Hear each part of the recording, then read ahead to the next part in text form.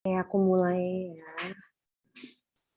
Sebelumnya, Assalamualaikum warahmatullahi wabarakatuh. Selamat siang, teman-teman semua. Selamat datang di asistensi PPIC. Di sini mungkin kita nggak bahas materinya terlalu detail. Kita bakalan banyak bahas soal-soal aja karena mungkin di sini ada dari beberapa dosennya, ada dari Pak Dendi, Pak Rahmat, dan Pak Yat. Itu juga biasanya tipe ujiannya beda-beda. Mungkin kalau aku cerita sedikit, kalau Pak Dendi itu kemungkinan bakal ada hitungannya, tapi Pak Dendi juga banyak teorinya, yang tapi teori simple-simple aja gitu, kayak definisi dan lain sebagainya. Jadi masih simple gitu. Kalau Pak Iyat biasanya full hitung-hitungan, tapi hitungannya itu biasanya nggak pakai emas ya. Nah, kalau Pak Rahmat itu ada hitungan, ada teori, dan biasanya pakai emas, kayak gitu kurang lebih.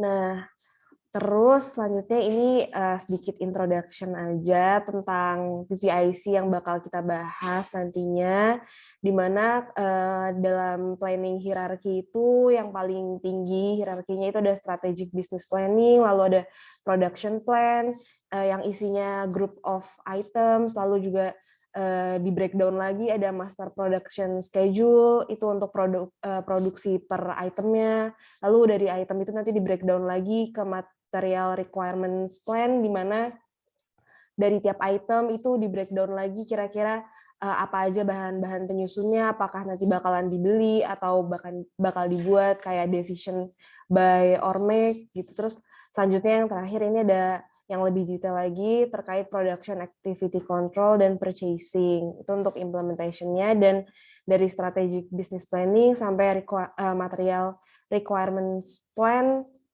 adalah fase planning yang mungkin akan banyak kita bahas setelah ini. Oke, sebenarnya itu aja pengantarnya sedikit. Teman-teman juga pasti udah banyak belajar. Nah, selanjutnya kita nanti akan ada bahas soal-soal.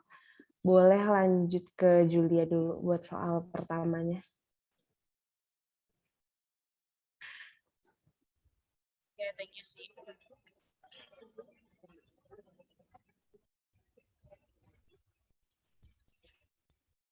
Oke, udah kelihatan belum?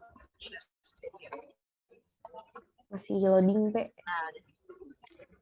Nah, dah. Soal pertama ini dia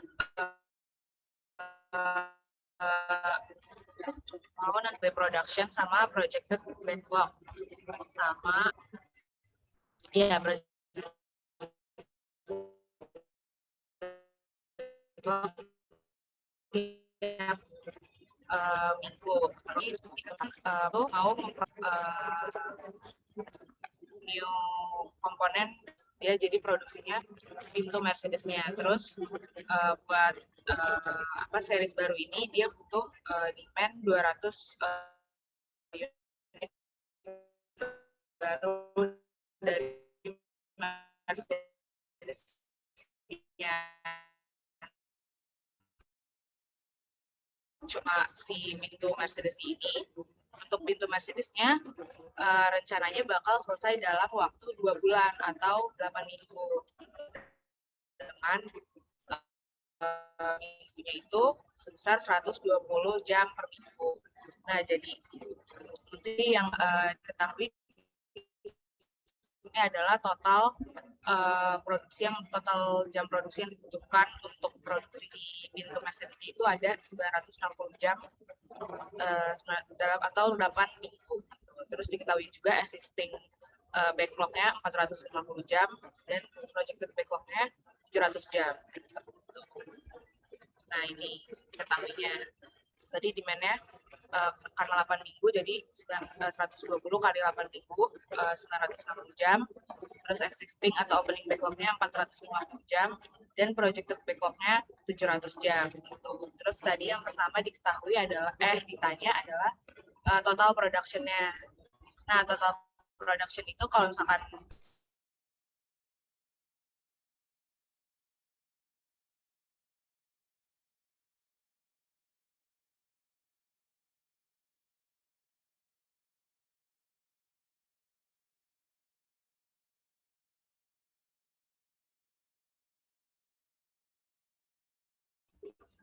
Jadi tinggal dimasukin aja total forecast demand-nya yang tadi keseluruhan itu kan 960 jam. Terus ditambah sama opening backlog atau existing backlog yang udah ada. Tadi diketahui di soalnya 450 jam.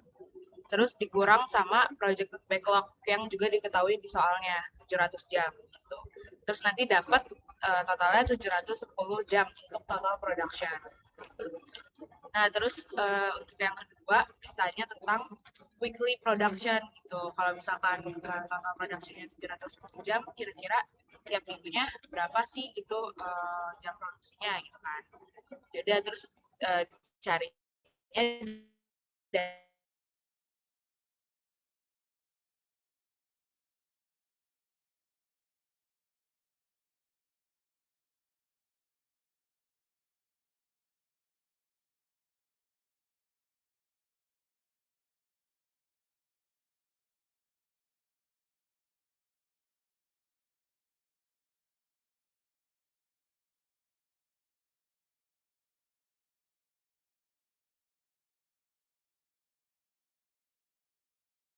Ya mungkin karena Jupe lagi nge-lag, izin jelasin dikit ya teman-teman. Lanjutan dari yang Jupe jelasin tadi untuk weekly production seperti yang kita tahu yang pasti dari total production-nya itu dibagi sama minggunya. Nah, karena total production-nya tadi 700 sorry. Karena tadi total produksinya 710, berarti dibagi sama minggunya itu 8 weeks, berarti kurang lebih 89 jam per minggu gitu. Nah, untuk projected backlog, rumusnya tuh opening backlog ditambah total demand per minggunya dikurang total production per minggunya gitu. Jadi karena opening backlog-nya 450, seperti yang diketahui, terus ditambah dengan total demand weekly-nya, yaitu 120 yang ada di sini, terus dikurang sama total production weekly-nya, itu ini di sini. Jadi ditemuin 481. Nah, untuk minggu keduanya, opening backlog-nya itu dari projected backlog minggu pertama. Mungkin juga bisa nambahin juga. Iya, oke. Maaf guys, tadi ke disconnect. Ya sama kayak yang udah di Dasar TV benar. Terus untuk yang minggu kedua dan seterusnya itu rumusnya sama, cuma buat opening backlog di awal itu pakai projected backlog dari minggu sebelumnya. Itu aja sih paling untuk yang nomor 1. Terusnya tinggal dilanjutin yang 512 dikasih.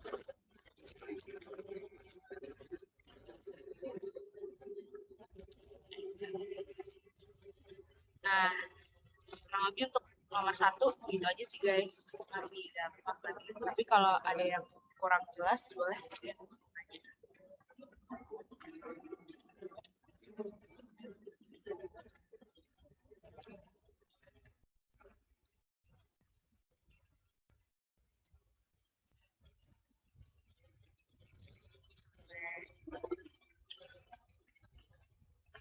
Tunggu 1 menit ya sampai 1:27. Kalau misalkan ada yang nanya, tinggal lanjut ke soal berikutnya.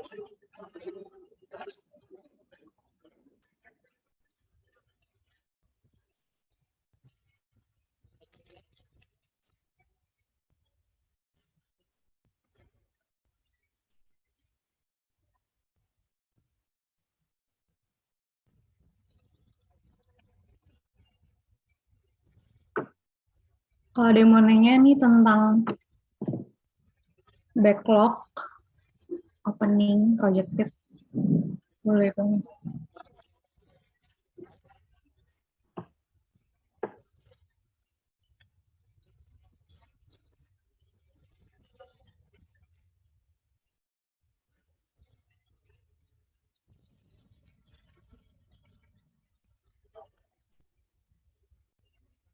Oke, kita lanjut aja ya guys, karena mungkin belum ada yang nanya dan udah jelas. Boleh kita lanjut ke soal kedua. Ini ada tentang MRP. ini ada gross requirement on hand inventory dan schedule receipt for this form for the inner shell of bicycle helm are indicate in the time phase inventory status record. Terus di sini dikasih tahu kalau lead time kita 3 weeks, terus kita diminta untuk complete tabelnya. Nah, ini tuh biasanya ada di soalnya Pak Dendi ada dikit, tapi mungkin nanti sama Pak Dendi ada lebih di advance-in dikit, kayak ditanyain sesuatu hal yang lebih detailnya lagi. Terus kalau di Pak Ayat juga ini biasanya ada, dan di Pak Rahmat ini juga ada gitu. Nah, jadi ini kita kerjain bareng-bareng aja ya di Google Sheet. Bentar, share.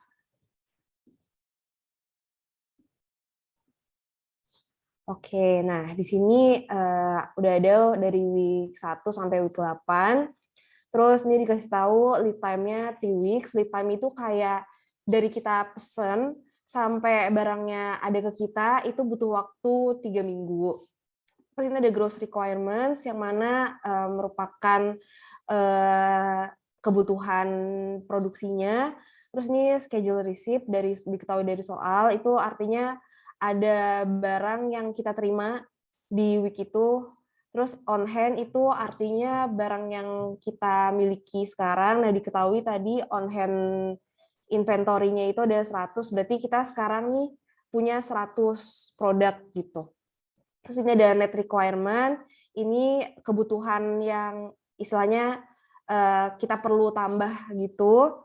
Terus ini plan order receipt, kayak kapan kita akan mengorder barang tersebut. Terus plan order release, kapan barangnya ada. Sebenarnya schedule receipt sama plan order release itu sama, tapi ini aku bedain supaya nanti nggak ketumpuk gitu ya. Nah, ini diketahui on hand. Berarti yang kita punya kan 100 nih sekarang. Berarti kita tulis ya ini 100. Nah, terus requirement dari demand-nya itu ada 125. Berarti 100 tadi yang kita punya dikurangi 125. Nah, di week yang sama ternyata ada barang yang datang ke kita 450. Berarti ini tambah 450. Nah, berarti total di kita sekarang ada 425. Nah, di week selanjutnya kita butuh 325 nih. Berarti dari barang yang kita punya dikurangin sama requirement di week tersebut. Berarti 425 dikurangin 325. Dapatlah 100 buat inventory kita yang sekarang. Jadi intinya kita sekarang tuh punya barang 100 nih. Nah, lanjut di week ketiganya kita punya barang 100.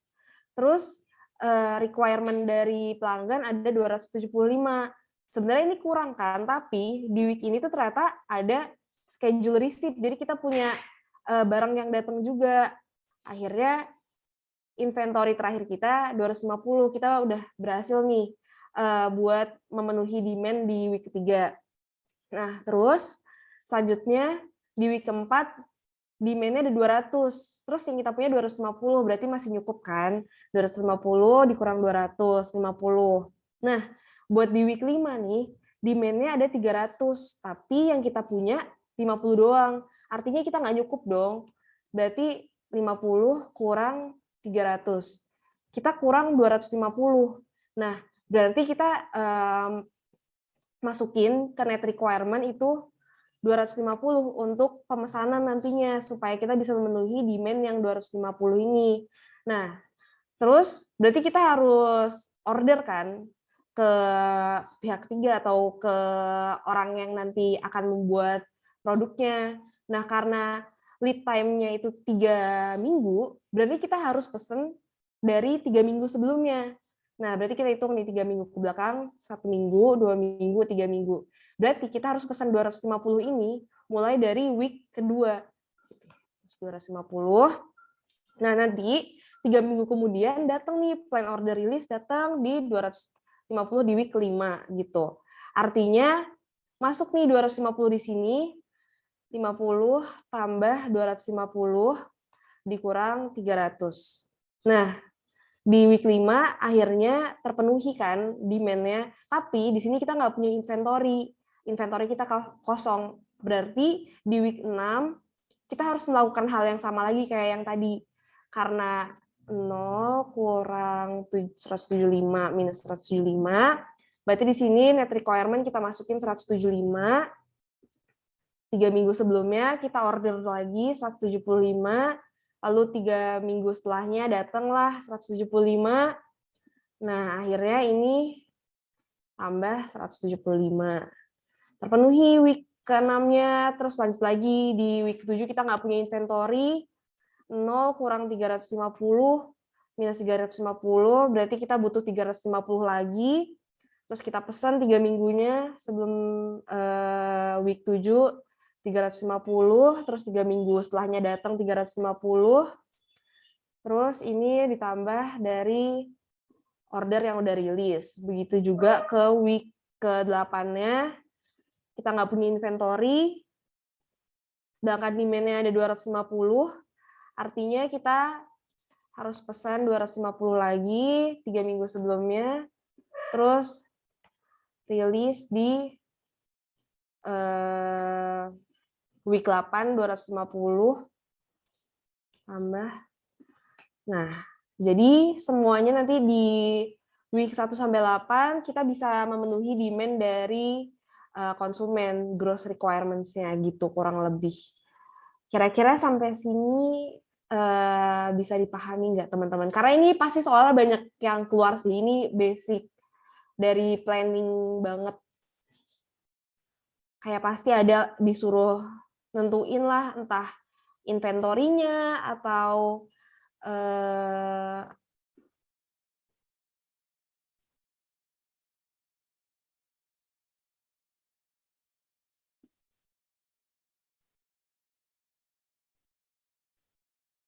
ya pokoknya nanti bakalan ditanyain lah salah satu dari ini ada schedule receipt-nya atau on hand atau net requirement.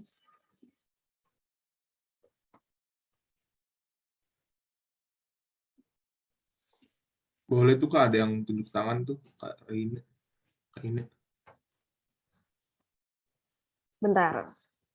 Oke. Oke, boleh. Reina.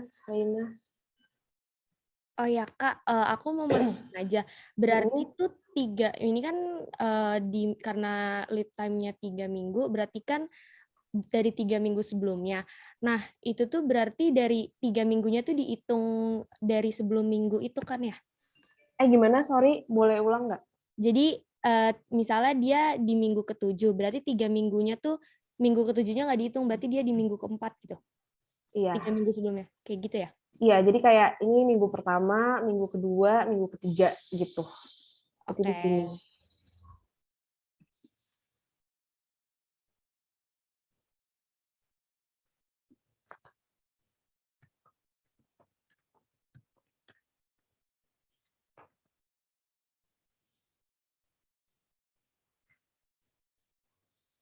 Boleh lagi tuh Kak, ada yang nanya lagi Kak, Abigail Arya.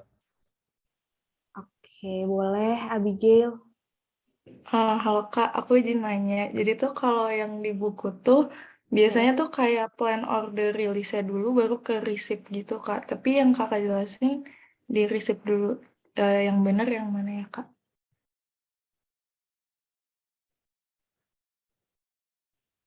Iya benar, sorry guys, maaf. Maksudnya yang receipt itu penerimaannya nih. Please. Benar. Receipt. Jadi kalau receipt itu yang menerimanya ya, maaf guys, penamaannya salah. Terus yang rilis itu jadi kayak kita ngerilis order, receipt kita dapetin barang yang kita order. Oke, thank you Kak Osi. Oke, makasih Abigail koreksinya.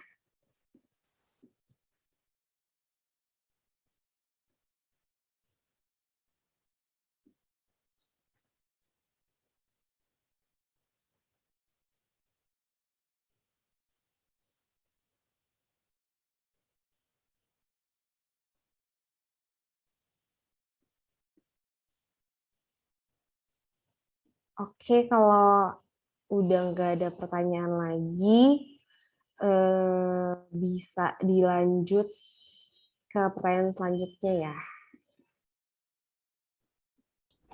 Oke, bentar. Sekarang soal ketiga. Di sini sama lagi MRP lagi, cuman bedanya di nomor 1 ini kita bisa lihat lead time-nya 1 minggu, terus ada lot size 200. Nanti nomor 2 bedanya cuman di week 3, gross requirement-nya diganti jadi 210, tapi lead time sama lot size-nya sama. Oke, bentar. Gue sekarang share yang ini. Oke.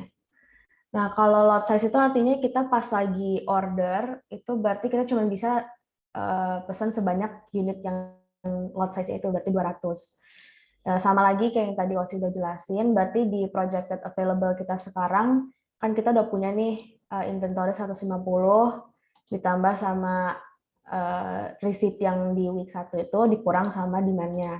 Berarti hasilnya jadi 125. Lanjut lagi, availability di minggu kedua, berarti kan kita udah punya 125, dikurang sama demand-nya. Hasilnya jadi 45. Tapi kan di week 3, 160 dimintanya, berarti kurang kan? Kurangnya itu berarti kita kurangin 160 kurang 45, hasilnya 115. Oke. Berarti kan kita harus pesan kan tuh 200 di minggu sebelumnya karena lead time-nya 1 minggu. Berarti di sini kita plan order rilisnya masukin 200. Baru nanti terima di minggu ketiga 200-nya itu. Baru availability-nya kita kurangin aja 200 kurang 115 yang dimintakan. Berarti hasilnya 85. Kurang lagi untuk minggu keempat dimintanya 90, berarti kita pesan lagi 200 di minggu ketiga, minggu sebelumnya. 200, terima lagi di minggu keempat, 200, baru net requirement-nya kan tadi kita udah tahu ya 5, 90 kurang 85 tadi, berarti availability kita 200 kurang 5. Hasilnya 195. Karena untuk week 5 cukup, kita nggak perlu pesan lagi, kita tinggal kurangin aja availability yang di minggu keempat, kurangin sama yang diminta di minggu kelima. Hasilnya jadi 120. Sama lagi di yang nomor kedua, bedanya cuma ini doang sih. Nih, jadi 210 kan yang diminta di minggu ketiga. Berarti ini gue nggak usah jelasin lagi ya. Karena ini cuma 150 tambah 100 kurang 125. Masih cukup untuk minggu kedua, berarti kita tinggal kurangin aja 125 kurang 80. Pesan 200 untuk kurangnya ini kan. Berarti net requirement-nya kita kurangin aja 210 kurang 45, baru ini terima 200 dari yang kita pesan minggu kemarin. Bedanya cuma di sini doang sih, projected available-nya berarti beda kan value-nya. 210 kurang 165. Kita pesan lagi untuk minggu depannya karena nggak cukup. Terima lagi 200. Baru net requirement-nya 165 kurang 390 kurang 35. Berarti sorry. Berarti jadi 55, projected available-nya berarti 90 kurang 55. Kok 90 kurang 55? Oh, 200 kurang 55, terus minggu kelima karena cukup dari 145 ke 75 cuma dikurangin aja jadinya. Udah. Terus kan tadi di pertanyaan di soalnya itu ada ditanya kayak as a planner ya, apa sih? As a planner, what actions can you take? Sebenarnya bilang aja karena perubahan yang terjadi di case kedua itu cuman mengakibatkan bedanya value di gross requirement sama net requirement sama projected availability, berarti sebenarnya actionnya sama, yaitu kita plan order release di minggu kedua dan minggu ketiga gitu. Kira-kira ada yang mau nanya nggak?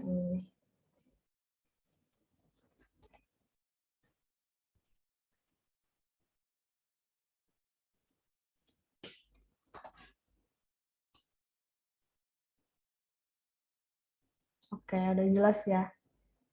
Right. Oh, oke. Tadi ada yang mau nanya. Halo. Oh, ini udah boleh, Kak? Ya. Gini Kak, mau nanya tentang konsep lot size. Jadi dari tadi kan lot size-nya 200 ya. Iya. Asumsinya kita itu langsung mesennya 200 juga. Itu kan maksimal kita mesenkan lot size. Sebenarnya dalam case real bisa nggak sih kita walaupun maksimum capacity buat mesennya 200, kita nyesuaiin sama net requirement saja gitu? Enggak sih, biasanya kalau misalnya soalnya kasih tahu kalau ada lot size, berarti kita harus tetap pesennya sesuai dengan lot size-nya. Kecuali ada juga yang kayak multiple gitu. Kalau multiple berarti kan kita bisa kurang dari misalnya multiple 20 atau multiple ya 20 misalnya, berarti kita bisa ke 40, kita bisa ke 20. Cuman karena lot size-nya di sini persis 200, kita ikutin soal lot size-nya aja gitu. Itu maksudnya multiple tuh kita boleh mesennya kelipatannya gitu. Iya, Oh, ada case khusus gitu ya, kalau nanti jelas. iya, bisa juga. Jadi lot size-nya bisa multiple gitu. Oke. Thank you, Kak. Oke.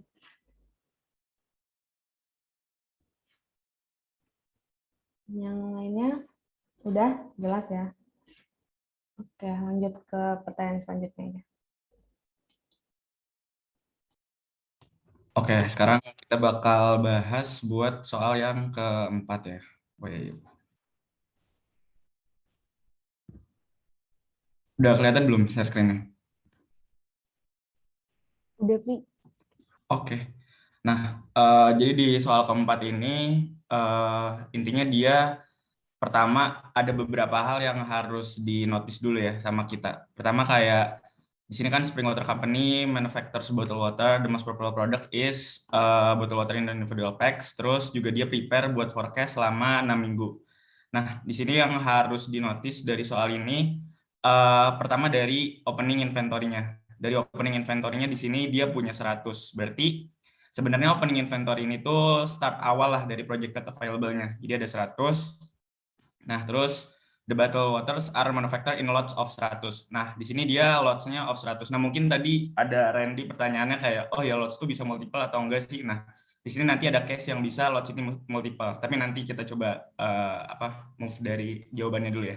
Nah, terus ada lagi yang harus dinotis, itu dari di sini dia bilang, ada demand time fence atau DTF biasanya disingkatnya, dia end of 2 weeks. Berarti dia selama minggu 1 dan 2 dia ada time fence nih, ada demand time fence. Nah, terus kita harus intinya ngekalkulate lah dari si MPS-nya, terus juga dari si projected available-nya dan juga si ATP-nya. Nah, mungkin gue bakal coba share di sheet saja ya buat pengerjaannya. Wait.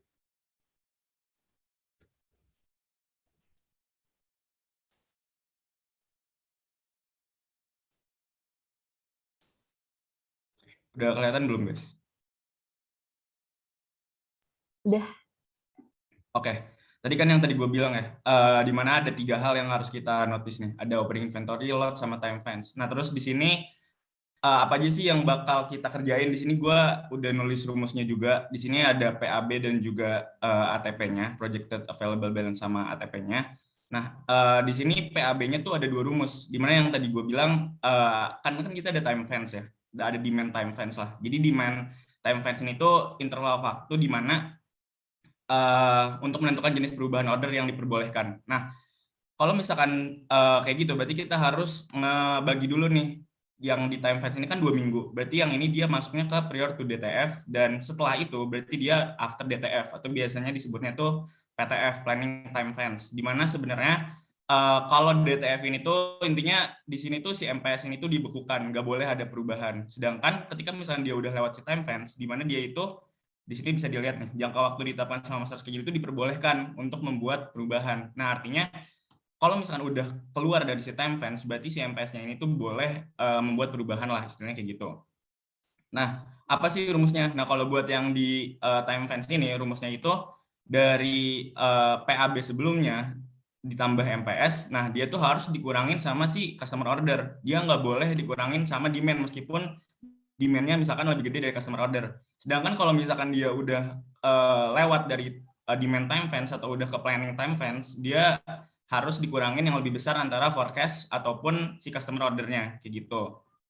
Itu buat rumus yang harus dinotis dulu ya, buat yang PAB. Nah terus kalau buat ATP rumus yang harus dinotisnya sebenarnya cuma 2, dimana kayak periode 1 itu rumusnya beda dibanding periode next-nya, dimana kalau periode 1-nya itu dia dari inventory on hand-nya ditambah MPS-nya terus dikurangin customer order sebelum next MPS. Sedangkan kalau buat yang periode next-nya ya tinggal MPS dikurangin customer order sebelum next MPS gitu aja. Nah, jadi kita coba buat ya di sini ya. Nah, gimana sih cara buatnya? Sedangkan di sini kan kalau misalkan kita lihat ya dari rumus ya, dia kan kalau kita harus ngisi yang si project available di sini, berarti kan harus ada MPS-nya dulu nih. Sedangkan kan MPS-nya nggak ada. Nah, caranya adalah pertama kita kurangin dari yang si customer order-nya dulu. Misalkan kan di sini dia projected available-nya yang pertama atau dari opening inventory-nya kan 100. Berarti si 100 ini kita kurangin sama customer order karena kan ini masih masuk ke demand time fence ya. Wait bentar.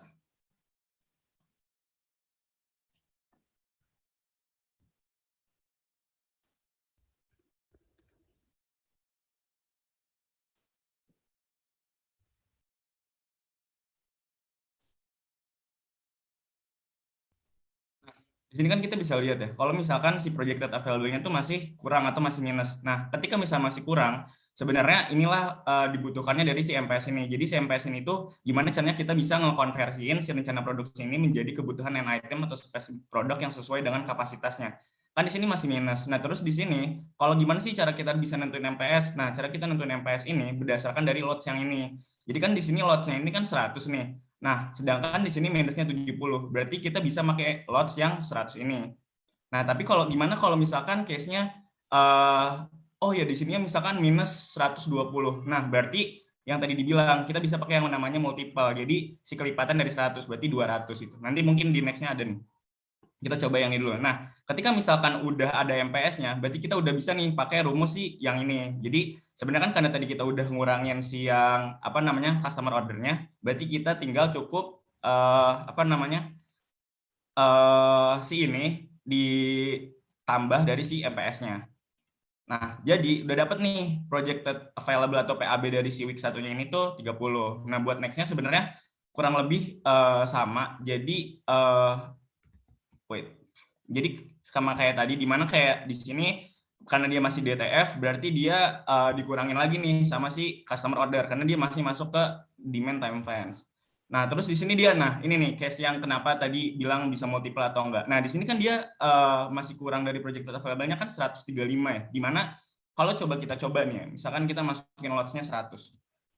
Nah, terus di sininya kita pakai rumus yang tadi. Nah, bisa kelihatan kan, kalau misalnya si projected available-nya ini tuh masih minus. Nah, sedangkan si projected available ini tuh nggak boleh minus. Jadi makanya kenapa di sini si MPS-nya ini tuh kita harus bikin jadi kelipatan atau multiple namanya. Nah, gitu. Jadi misalkan di sininya 275, berarti ya kita multiple lagi, jadi 3 gitu, jadi 300. Jadi di sininya harus sampai seminimal mungkin ada available lah kayak gitu. Nah, terus sekarang kita masuk ke yang udah keluar dari time fence gitu. Nah, gimana sih caranya kalau misalkan udah keluar dari time fence ini? Nah, di sini caranya kita harus ngelihat sebenarnya sama kayak gini, tapi kita harus ngelihat dulu mana nih yang lebih besar antara forecast demand ataupun customer order. Di sini kan yang paling gede demand ya, berarti kita harus dikurangin sama si demand berarti. Nah, di sini dia masih minus, berarti dia masih butuh si MPS ini, dimana berarti kita harus masukin lots-nya, terus di sini tinggal ditambahin kayak tadi. Sebenarnya kalau buat yang project level selanjutnya sama, jadi kalau kalian ngerjainnya di sheets itu tinggal bikin gini dulu aja biar ntar nggak ketukar gitu. Mana yang harus istilahnya paling gede lah antara si demand ataupun customer ordernya. Ini rumusnya sama, dikurangin berarti ini paling gede demand, dikurangin demand. Nah, dia minusnya berarti lebih dari 100 kan. Nah, berarti MPS-nya ini harus di multiple lagi karena dia lebih dari 100.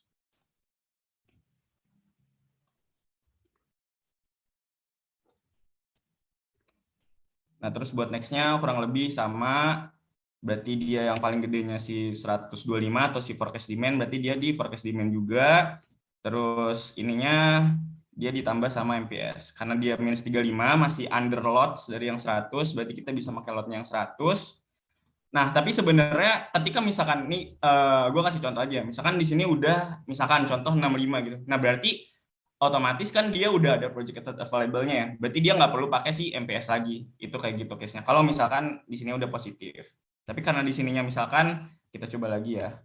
Ini paling gede kan berarti demand. Nah, di sini masih negatif, berarti dia masih membutuhkan MPS atau lots-nya gitu.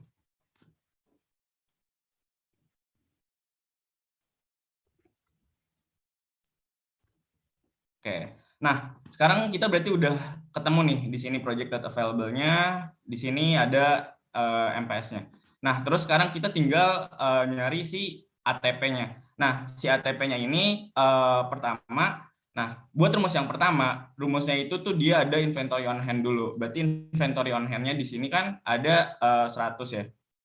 Terus ditambah si MPS-nya. Nah, MPS di week 1 itu kan 100 juga. Nah, terus dia dikurangin jumlah dari customer order sebelum next MPS. Nah, kan kalau misalnya kita lihat dari case yang di sini kan MPS-nya itu tuh muncul di setiap minggu kan. Berarti ya kita cukup ngurangin sama berarti minggu 1. Ketika di minggu 1 ya kita kurangin sama customer order di minggu 1 kayak gitu. Nah, buat yang kedua itu berarti kita tinggal langsung si MPS-nya dikurangin sama next, misalkan customer order-nya. Tinggal kayak gini aja, nggak perlu ada inventory on hand lagi. Nah, habis ini tinggal sama aja sih, kurang lebih sebenarnya bakal kayak gini. Nah, tapi gue sebenarnya di sini mau ngasih case aja sih. Misalkan, oh ya, misalkan di sini misalkan kosong nih, misalkan di sini kosong. Nah, berarti cara cari rumus yang ini adalah si MPS ini dikurangin si customer order sebelum next MPS. Nah, next MPS-nya kan ada di week 5 ya. Berarti dia harus dikurangin ini si summary dari ini ke sini. Sorry, gue.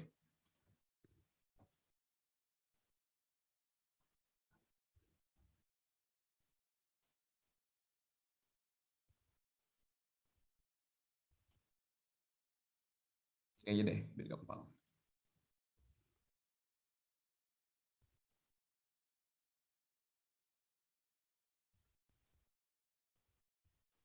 Kurang lebih kayak gini buat si ATP-nya. Jadi kayak intinya ketika dia ada next MPS-nya, berarti dia harus ngurangin customer order dari si sebelum ada MPS-nya lagi. Kurang lebih kayak gitu. Itu case aja ya, guys. Nah, jadi kurang lebih kayak gini sih buat yang case soal nomor 4. Ada yang mau ditanyain dulu gak sebelumnya?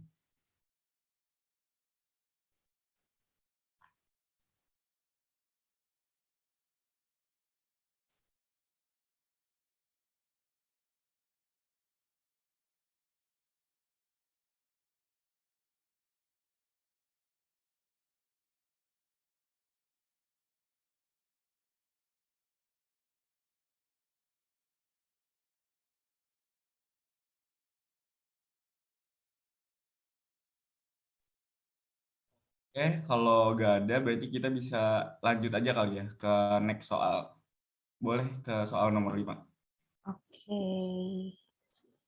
Nah, selanjutnya ini masih kurang lebih masih mirip guys, tapi ini kita berfokusnya ke ATP-nya.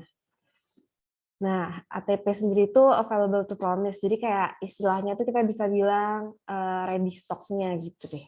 Nah, di sini ada pertanyaannya, can an order for 24 delivery in week 4 be accepted? Sama kita diminta untuk mengisi ini tabelnya. Jadi langsung aja. Nah, karena kita punya sebenarnya kurang lebih sama yang tadi Rafli udah jelasin, kita punya inventory ini 50. Terus customer ordernya 50 karena nggak ada MPS di situ berarti ya udah kita 50 kurang 50 aja gitu. Nah, terus selanjutnya nggak ada MPS. Nah, terus di week 2 nih ada MPS kan. Di week ketiga nggak ada MPS, berarti cara ngitung ATP-nya MPS-nya dikurang 50, dikurang lagi sama 30, dapatlah 20 di sini kan. Nah, lanjut ke yang ada MPS-nya lagi. Ini berarti MPS 100 dikurangin 40 kurang 50. Nah, sampai next MPS lagi. Berarti ini 100 kurang 40 kurang 30. Terus ini yang terakhir 100 kurang 15. karena udah nggak ada lagi setelahnya kan. Nah ini tuh biasanya lumayan sering ditanya ini sama Pak Rahmat. Kalau dulu zaman aku kayak coba tentuin ATP yang di week kedua sama week keempat. Terus nanti juga ada kayak another cerita soalnya kalau misalkan customer orders-nya diganti di week keempat jadi sekian, berarti ATP-nya jadi berapa gitu. Nah, berarti ini kan di week kedua nih ada ready stock 20, di week keempat ada ready stock 10. Tadi pertanyaannya, bisa nggak nih kita deliver 20 barang di week keempat? Berarti karena di sini kita punya 30 ready stock, artinya kita bisa deliver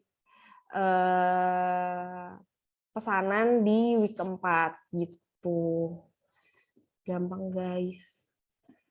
Sebenarnya tuh soal-soal yang kayak gini itu tuh bakal muncul nanti, kan kayak sebenarnya nggak terlalu susah ya, tinggal kita tahu rumus-rumusnya aja. Cuman biasanya tuh lebih ke ngejar di waktunya. Dan kita kalau dulu pas aku Pak Rahmat itu benar-benar sama soalnya, tapi palingan cuma diubah ininya aja nih, pengecoh-pengecohnya. Misalkan nanti digantilah week keempatnya, ada yang ditanya di week ke-6, terus ntar 20-nya ini diganti jadi berapa ordernya gitu, atau on hand-nya juga diganti biasanya. Jadi kayak kalian benar-benar perhatiin ini aja, jangan langsung ngikutin jawaban temen tapi taunya punya temen angkanya beda gitu, karena biasanya angkanya ini yang diubah-ubah sama dosen gitu sih. Ada pertanyaan nggak kira-kira?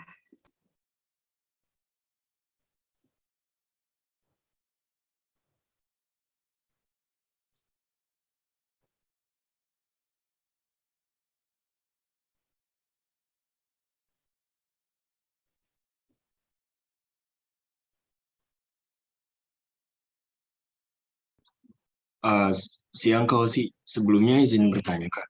Untuk Boleh. tadi soal 5 tuh, yang 5 bagian A itu kan dia bilangnya bisa order nggak di week keempat untuk 20 barang. Itu berarti Iya. kita bacanya yang ATP-nya ya Kak? Iya, bener. Jadi kayak ATP itu kayak keinginan pelanggan yang pokoknya si ATP ini nggak masuk ke customer order kan, berarti dia masih sisa yang tadi kayak ready stock gitu. Nah tiba-tiba nih ada pelanggan yang pengen beli, nah itu dilihat dari ATP-nya gitu. Oh berarti kalau ATP-nya 10 bisa juga Kak, walaupun tadi diminta 20. Masih bingung Kak, maaf. Gimana? Misalkan dia Jawabannya kan minta, ATP di week 4-nya 10 Kak, ya, tapi yang diminta 20. ya. Tapi Itu dia kan kita, masih punya di week sebelumnya nih. Dia masih ada ready stock di week sebelumnya. oh, Dan ini tuh nggak kehitung di MPS ini, karena di MPS tuh ya udah ada kayak apa? Ada produksi barunya gitu. Jadi ini kalian tahu nggak kalau MPS yang misalkan 100 100 100 100 terus itu berarti strateginya strategi apa? Kan ada 3 strategi tuh.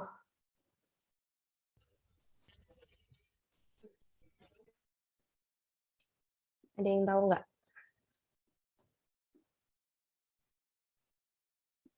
Nah, bener Randy, level. Jadi berarti ini si perusahaannya tuh makein strategi level production.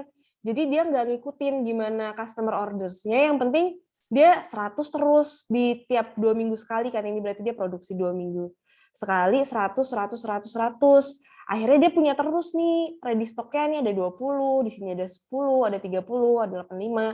Nah, itu nanti tetap dijualin gitu. Tapi emang nggak menyesuaikan dengan yang demand ini. Dia udah di luar demand yang customer orders ini. Gitu. Kira-kira oke kebayang Kak. nggak? Ya siap, makasih banyak Kak Osi. Oke.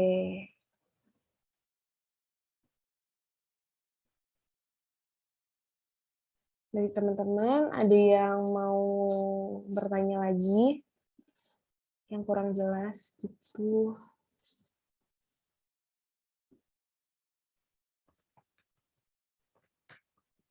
Belum ada Kausi. Oke, sip. Berarti kalau gitu lanjut ke soal ke-6. Oke. Guys.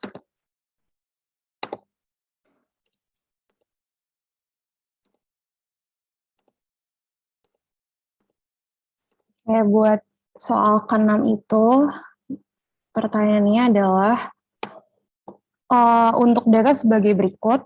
Pertama, disuruh hitung jumlah pekerja yang dibutuhkan untuk level production.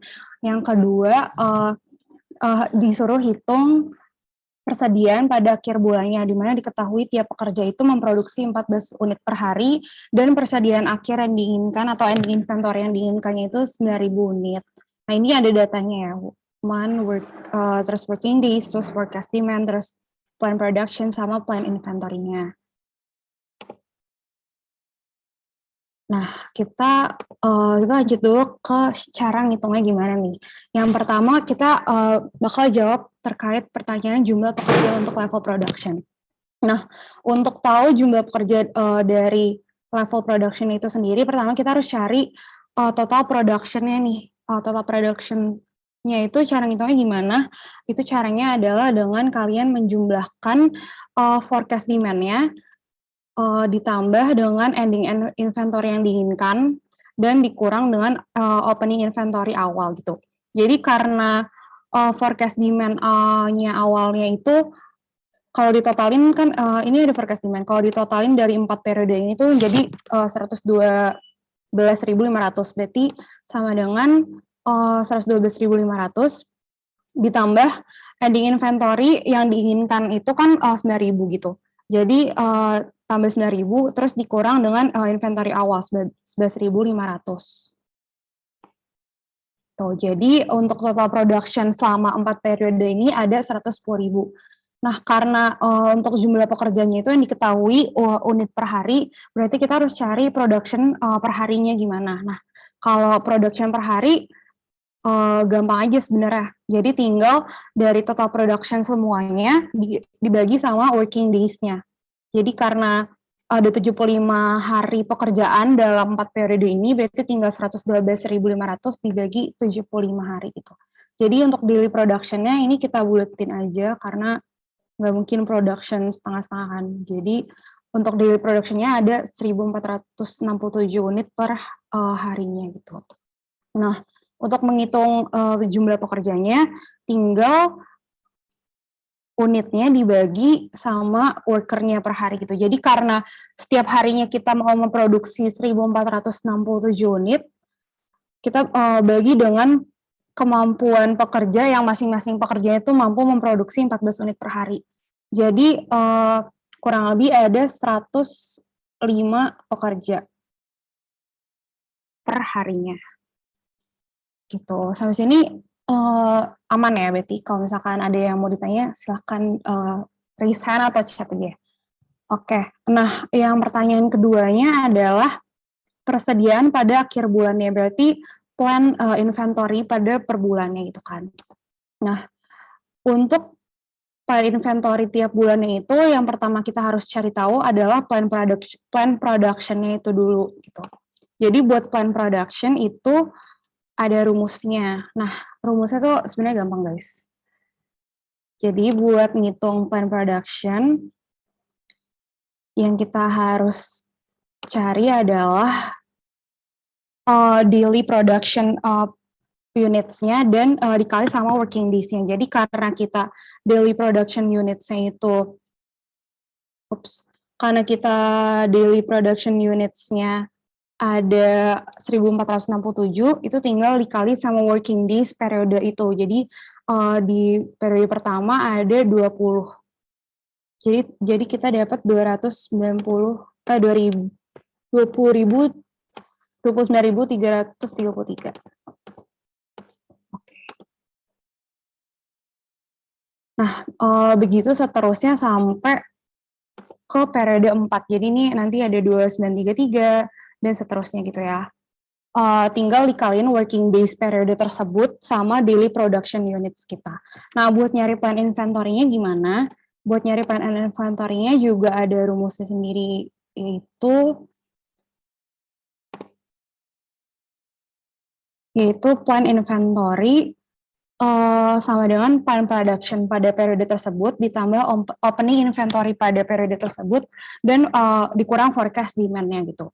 Jadi yang pertama karena plan production pada periode pertama itu 29.333 itu ditambah dengan opening inventory awal. Opening inventory-nya itu bisa dilihat di sini gitu 11.500. Itu tuh saja 11.500 terus dikurang sama forecast demand pada periode tersebut yaitu 28.000. Jadi didapatkan kalau misalkan plan inventory pada periode pertamanya itu adalah 12.833 gitu. Nah, ini seterusnya sama ya. Jadi kayak tinggal kalian cari dulu plan production untuk setiap periodenya, baru kalian cari plan inventory untuk setiap periodenya. Gitu, guys. Ini periode pertama ya.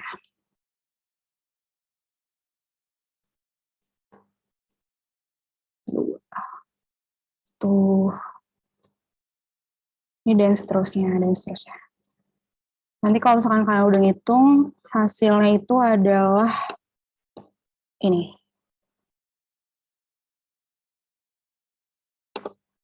Ini hasilnya.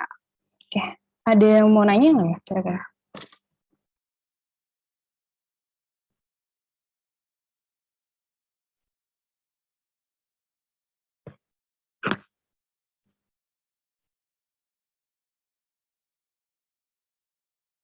Jelas ya berarti tentang plan. Oh, Alda boleh deh. Wah, ini Kak Tiffany cuma mau mastiin aja kalau yang worker tuh dibuletinnya ke atas atau ke bawah ya, Kak? Kalau worker lebih baik ke atas sih. Soalnya kan lebih baik kalau misalkan setengah nggak mungkin jumlah worker. Maksudnya kalau misalkan ada unit yang berlebihan nggak mungkin ditaruh ke workernya yang lebih sedikit gitu kan. Jadi mendingan dinaikin ke atas. Oke, thank you, Kak. Oke. Jangan lupa juga kalau unit sama worker semuanya dibuatin deh guys. Karena nggak mungkin setengah-setengah. Gitu guys. Oke, aman ya Betty. Mungkin bisa lanjut ke nomor 7. Oke. Lanjut ya. Kamu mau share screen, Fir? Boleh. Oke. Oke. Oke, jadi di sini di soal nomor 7 ini misalkan kita memiliki dua minggu waktu lead time dan lot size-nya itu 60 units. Terus ada 2 weeks untuk demand time fence atau DFT dan 10 week planning time fence atau PTF.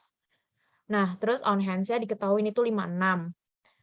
Terus disuruh lengkapin PAB, ATP, dan MPS. Oke, kita langsung aja ke sini. Oke, jadi ini kan udah diketahui nih sebelumnya. Nah, terus perlu diketahuin, tadi kan udah dikasih tahu, kayak misalnya dia itu di EFT-nya itu 2 weeks. Jadi yang aku orenin yang lebih tua itu di EFT-nya. Terus rumusnya ini udah aku kasih. Ini sebenarnya mirip banget sama Rafli, ini mirip banget, tapi bedanya kalau aku di weeks pertama itu, dia itu udah mencukupi. Jadi kan rumusnya nih, sebelum DTF kan PAB sebelumnya 56 ditambahin MPS. MPS itu awalnya nggak ada kan. Ini 60 itu nanti. Jadi awalnya 0. Makanya ditambah 0 dikurangin D5. D5 berarti berapa nih? Sorry. Bentar. Dikurangin 24 hasilnya 32. Oke, kayak gitu kan jelas tuh. Terus yang weeks 2 juga rumusnya masih sama karena dia masih DTF. PAB sebelumnya 32 ditambah 0 karena ini masih 0 awalnya dikurangin sama 23 hasilnya 9.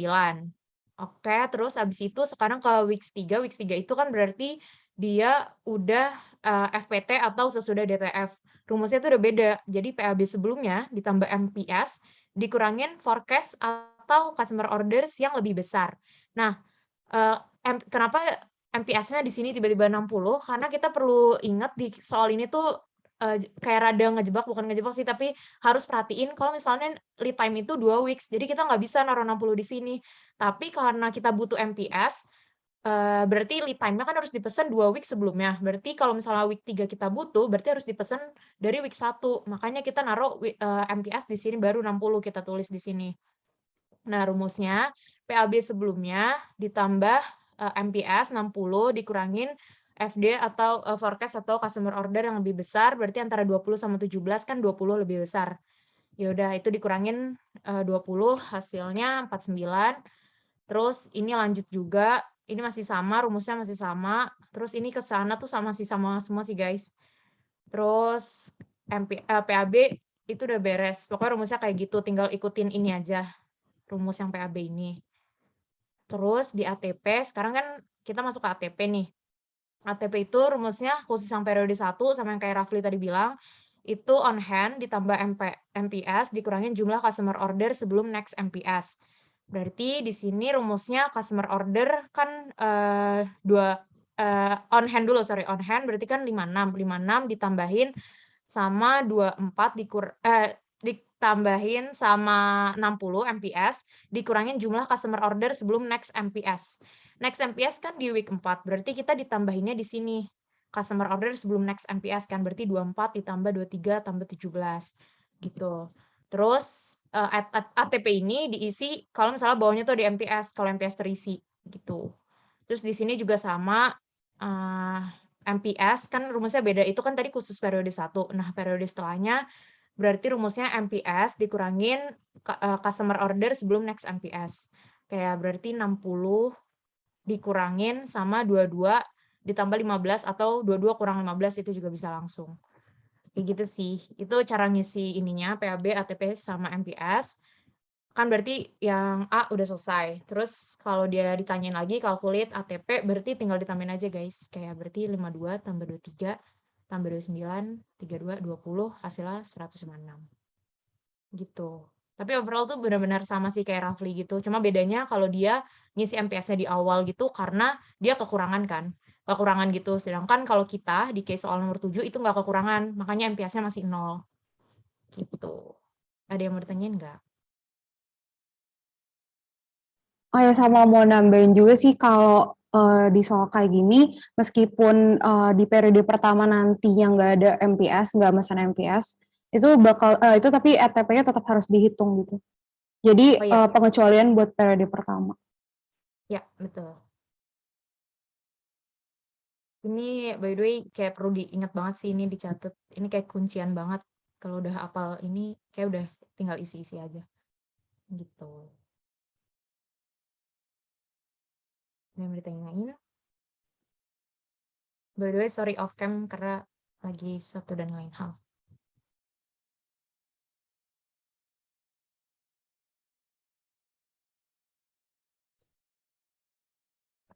Cukup jelas sekali ya.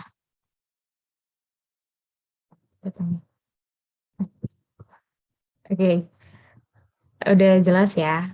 Oke, mungkin bisa lanjut ke soal nomor 8. Oke, thank you Fir. Lanjut ya guys buat nomor 8. Screen gue udah kelihatan belum? Udah itu. Oke. Nah, jadi ini itu kita dikasih ada product tree. Nah, yang di sini kita disuruh ngisi MRP buat 4 part, ada X, Y, Z, sama W. Nah, terus habis itu kita disuruh kalkulasi jumlah dari plan order release di part Z sama part W. Sama itu di week keberapa. Nah, oke, kita lanjut langsung ke sheet-nya aja ya. Nah, jadi ini itu tuh kalau kalian lihat, kalian perhatiin ini tuh persis sama yang udah dijelasin sama Osi dan Diva. Ini tuh sama kayak nomor 2 dan 3. Oke, jadi biar lebih jelas kita lihat product tree-nya dulu ya. Jadi buat yang ini tuh kita mau bikin ada namanya part X. Nah, buat bikin part X ini tuh namanya, ini tuh di level 0, ini level 1, ini level 2. Nah, yang Y ini, buat bikin part X, kita butuh 3 komponen part Y dan 2 komponen part Z. Terus buat bikin komponen Y ini dibutuhin 1 komponen Z dan 1 komponen W. Oke, nah terus ini tuh kurang lebih cara ngerjainnya gue mungkin nggak jelasin lagi ya, karena tadi udah 2 kali juga. Lebih ke ininya aja, buat cara koneksiin antar part ini. Jadi caranya itu, ini tuh yang abu-abu BTW yang diketahui, ini cara ngerjain kayak biasanya. Nah, buat nyari gross requirement dari part Y, ini udah gue bikin notes-nya, jadi dikali 3 dari plan order release part X, karena jumlah komponen part Y yang dibutuhin buat bikin satu part X ini, itu dibutuhin 3. Makanya dikali 3 dari plan order release part X ini. Nah, ini ada di week 2 sama week 4. Nah, ini tinggal dikali aja, dikali 3. Ini dikali 3 juga. Terus selebihnya dikerjain kayak biasa. Gue contohin lagi ya, buat yang part Z. Nah, part Z ini mungkin agak membingungkan karena ada di 2 tempat nih, di level 1 sama di level 2. Nah, ini caranya itu tinggal ditambahin aja. Jadi buat bikin part X itu kan dibutuhin 2 komponen Z. Berarti dikali 2 dari plan order release part X. Nih, dikali 2 berarti kan 40. Ini kali 2 juga 40. Nah, terus buat yang di komponen Z ini, di komponen Y kan butuhnya 1 Z. Berarti ditambahin aja nih. Jadi caranya itu ini, 20 dikali 2 ditambah sama 50. Dapatnya 90. Nah, yang ini kan nggak ada nih. Ini kosong kan di part Y-nya. Jadi 40 aja. Dari hasil kali 2 dari part X. Terus dikerjain lagi kayak biasa. Dapat lagi nih plan order release-nya part Z 40 di week ketiga. Nah, lanjut ke part W. Part W ini ternyata nggak berkaitan sama Z, tapi berkaitannya ke Y yang di level 1-nya. Nah, berarti kita perhatiinnya dari plan order release part Y, yaitu ini, di week 2 ada 50. Kan komponennya 1 doang ya, berarti nggak usah dikali berapapun, langsung disamain aja jumlahnya. Terus tempatnya juga sama. Oke, sisanya sama sih dikerjain, cara kerjainnya. Sama mungkin mau ini aja, buat yang bingung, mungkin ini load for load itu apa. Load for load itu jadi plan order receipt dan release-nya itu sama kayak net requirement-nya, dibutuhinnya berapa, berarti dipesannya sesuai sama kebutuhan gitu. Jadi kalau misalkan di sininya nanti 100, berarti sini 100, dan seterusnya gitu. Terus berarti yang A udah kelar, yang B itu tinggal kayak di data aja. Yang part Z ini ada di week 3. Plan order release-nya. Mana ya? Part Z. Nah, ini. Ada di week 3, jumlahnya 40. Terus yang diminta lagi ada part W, berarti di week 1 ada 400 buat plan order release-nya. Udah gitu aja sih. Ada yang mau tanya?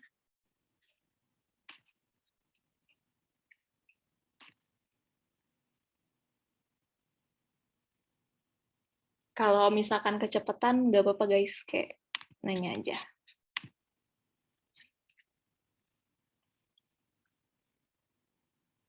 Aman ya?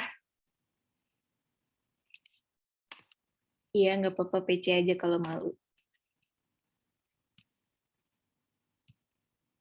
Oke, aman. Next.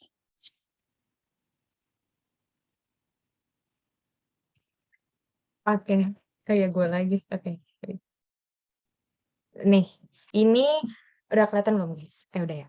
Oke, jadi ini tuh salah satu soalnya Pak Dendi. Sebenarnya soal-soal ini tuh udah latihan kita rekap dari hampir semua jenis soal dari Pak Dendi, Pak Rahmat, dan Pak Iyat sih guys. Jadi kalau bisa diperhatiin banget ya. Terus kalau yang ini contoh dari soalnya Pak Dendi. Jadi kan ada sebuah perusahaan tuh kalau melakukan pengiriman ke customer itu by rail atau kayak lewat kereta gitu, biaya pengirimannya itu $500 per lot. Terus transit time-nya itu 14 days. Nah, terus ada lagi nih kalau misalnya dia ngirim by truck itu $700 per lot dan transit time-nya itu cuma 4 hari. Terus ada biaya transit inventory cost itu $35 per day. Lalu yang ditanya berapa biaya pengiriman sekali jalan gitu di setiap by rail dan by truck gitu. Terus dia nambahin lagi, kalau untuk komoditas tertentu biaya line haul-nya itu $13 per miles. Nah, line haul itu apa? Line haul itu berhubungan sama pengiriman barang dengan semua transportasi gitu, kayak misalnya darat, udara, air, antar 2 titik distribusi gitu. Jadi itu biayanya. Terus dia ngasih tahu kalau misalnya perjalanannya itu 200 miles dan shipment cost-nya itu 300 CWT atau 100 weight. Nah, ini dia. Terus yang ditanya berapa biaya per 100 weight atau CWT, dan kalau misalnya shipment-nya itu increase dari 500 CWT, itu berapa saving cost-nya. Tuh. Terus solusinya adalah, ini kan yang diketahuin tadi, kalau by rail segini, transit time segini, kalau by truck segini, transit time truck segini, dan inventory cost segini. Terus kita kerjain dulu yang A ya. Yang A itu berarti kalau by rail, kan transportation cost-nya 500 per lot, terus transit cost-nya berarti tinggal dikaliin aja, 35 dikali 14, kan 490. Karena kan kalau misalnya dia transit, itu kan butuh biaya lagi. Makanya that's why harus kita tambahin. Terus total cost by rail-nya berarti tinggal tambahin aja transportation cost plus transit inventory cost. Hasilnya $990, itu buat yang by rail. Terus kalau by truck, kan tadi dia 700, terus transit cost-nya 35 kali 4, 140, dan total cost by truck-nya tinggal ditambahin aja, jadi 840. Gitu. Sekarang kita kerjain yang B. Kalau misalnya dia nanya berapa cost per 100 weight. Oke, di sini kan diketahui line haul cost-nya itu $13 per mile. Terus jaraknya itu kayak perjalanannya dia itu harus 200 miles. Nah, beratnya itu kayak berat si bendanya itu 300 CWT. Berarti berapa cost-nya per CWT? Itu tinggal diginin aja 13 kali 200. Karena dia minta per CWT, berarti kita harus bagi 300. Itu jawabannya $8,67.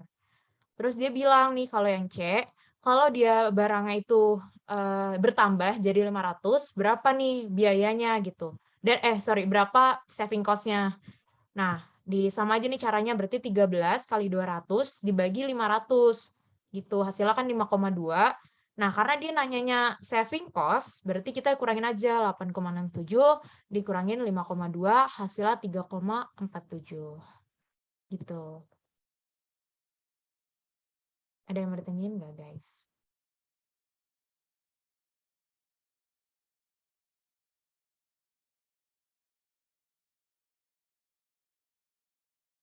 Nggak ada kali ya? Oke, boleh lanjut deh. Oke.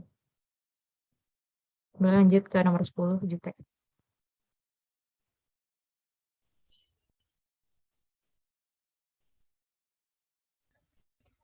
Ya, lanjut ke nomor 10. Nah, kalau buat nomor 10 ini, kemarin ada di soalnya Pak Rahmat kalau nggak salah.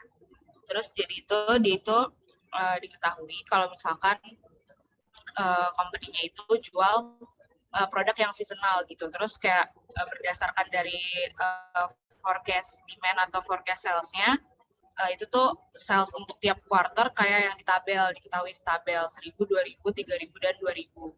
Nah, terus ditanya level production plan-nya, terus ending inventory tiap quarter-nya, sama average inventory untuk tiap quarter-nya.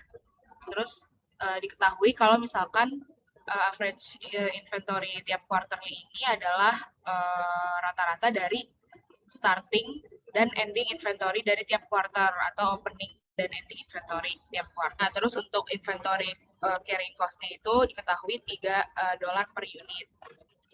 Nah, terus habis itu ditanya berapa annual cost of carrying inventory-nya gitu. Kalau misalkan diketahui kalau misalkan diketahui opening dan ending inventory-nya itu 0 gitu. Oke, ke sheet saja. Nah, ini udah kelihatan kan sheets-nya? Oke. Jadi yang pertama itu,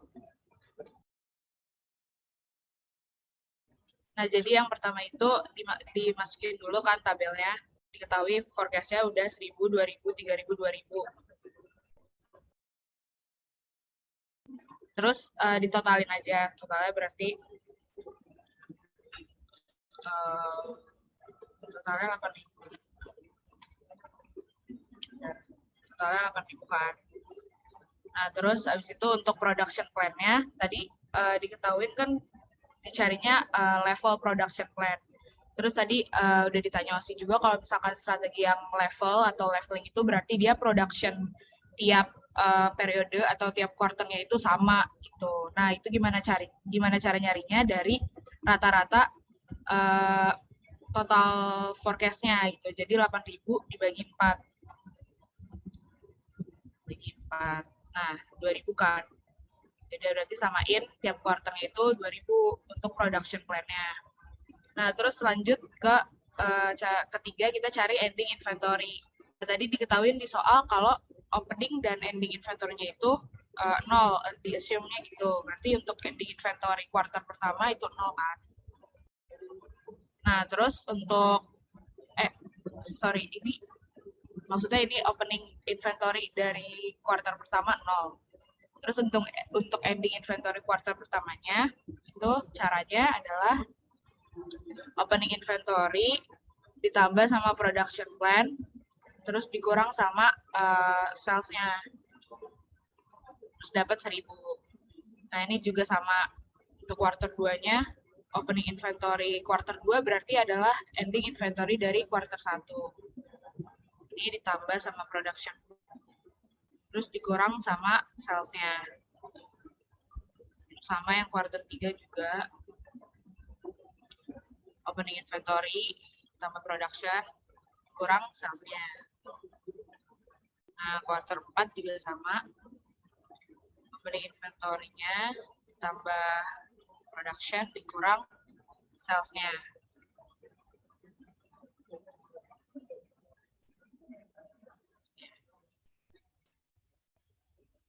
Oke, terus habis itu cari yang keempat, average inventory. Tadi average inventory kan rumusnya opening inventory tambah ending inventory bagi 2. Jadi rata-ratain aja. Tinggal di rata-ratain.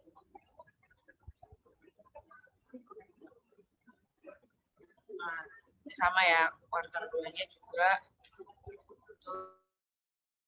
1.000 tambah 1.000.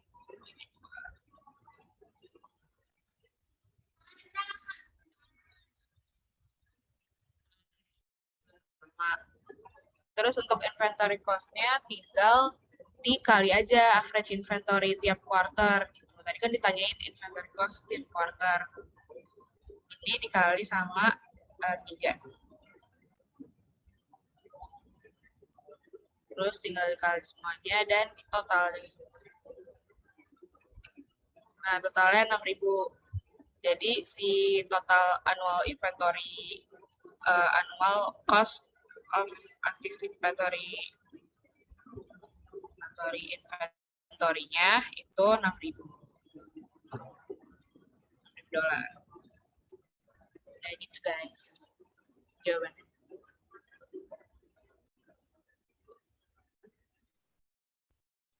Saya mau nanya buat yang salah.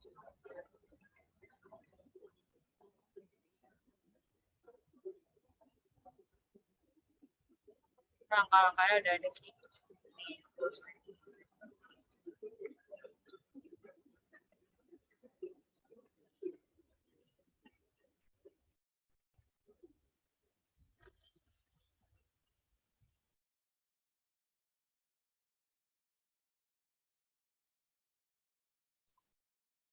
Kak, izin bertanya. Untuk di soal tadi kan sempat disebutin opening sama endingnya 0 ya, Kak, untuk opening ending inventory. Terus tadi yang di sheets-nya Kak Jupe juga dibilangnya ending inventory di quarter 4-nya itu juga 0, Kak. Kalau misal di quarter 4-nya itu bukan 0, misal 500, berarti ada yang salah ya, Kak, hitungannya? Atau gimana? Atau kayak itu normal aja? Oh, itu normal aja sih. Kalau misalkan ending inventory-nya nggak 0, nanti kayak tergantung sama di ininya. Biasanya kalau misalkan tergantung di opening inventory awalnya. Tapi kalau misalkan openingnya 0, endingnya 0 sih. Karena kan dia nggak ada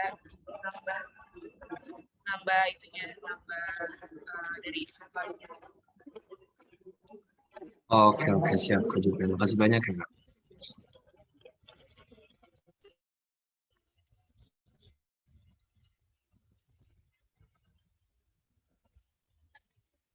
Ada lagi yang mau nanya guys, atau kalau misalkan nomor-nomor lain yang tadi kelewat belum jelas.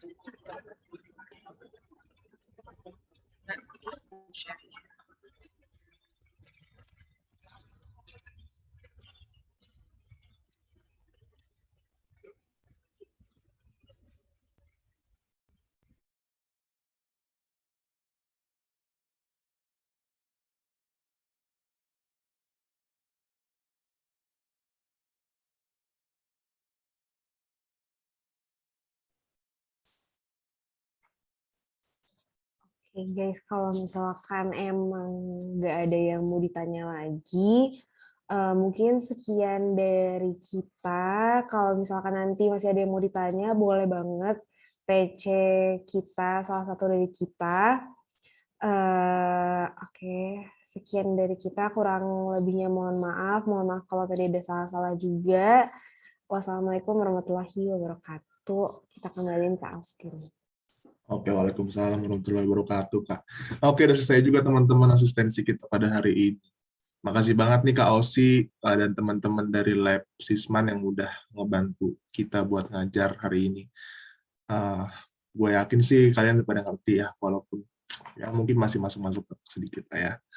Oke, makasih buat teman-teman di sini yang udah hadir sampai asistensi ini berakhir. Oh ya, gue mau ngingetin lagi buat jangan lupa isi KC Milba dan juga asisten absensi Milba pada hari ini. Dan terakhir gue mau ngucapin, gue